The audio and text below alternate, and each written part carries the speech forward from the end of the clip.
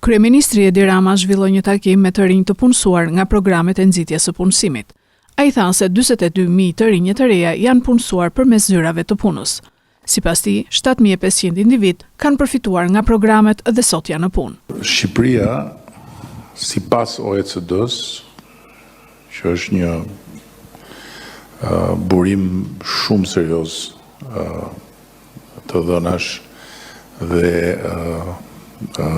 vëzhgimesh mbi vendet, është vendi që zë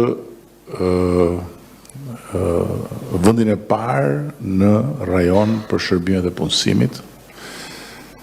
Dhe kjo është diçka shumë pozitive, sepse flet qartë që puna që kemi bërë në gjithë këto vite për të ndërtuar një skem shërbimesh punësimi, na ka dhënë një rezultat inkurajues.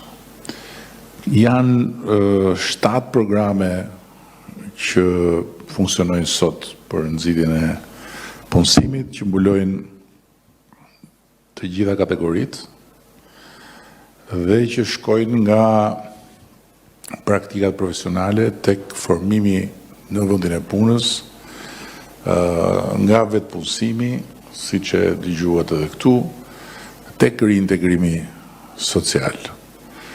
Dhe një tjetër edhe dhënë që është mirë ta dini dhe ta dinë të rinjt që në krejt normal janë skeptik, janë mosbesues, janë edhe indiferent, madje ndaj këtyre skemave ose këtyre fjalëve, është që në vetëm 5 vitet e fundit 42.000 të rinj, 42.000 të reja dhe të rinj janë punësuar përmes zyrave tona të punës dhe përmes këtyre shërbimeve. Është një numër jo i vogël. Dhe në këtë shifër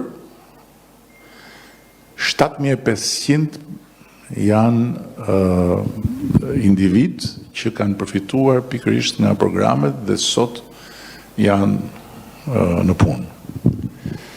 Tani, përmbi këtë strukturë që ne kemi ndërtuar vit pas viti, kemi edhe garancinë rinore, që është një model i suksesshëm europian, që po zbatohet edhe në Shqipëri dhe janë 2200 vajzë dhe djemë të parë që po përfitojnë nga garancia rinore. Objektivi i cilës, vetëm garancia rinore, është që 60.000 vajzë dhe djemë të mbështeten në gjithë vendin, në gjitha kategoritë, brenda viteve të këtij mandati qeverisës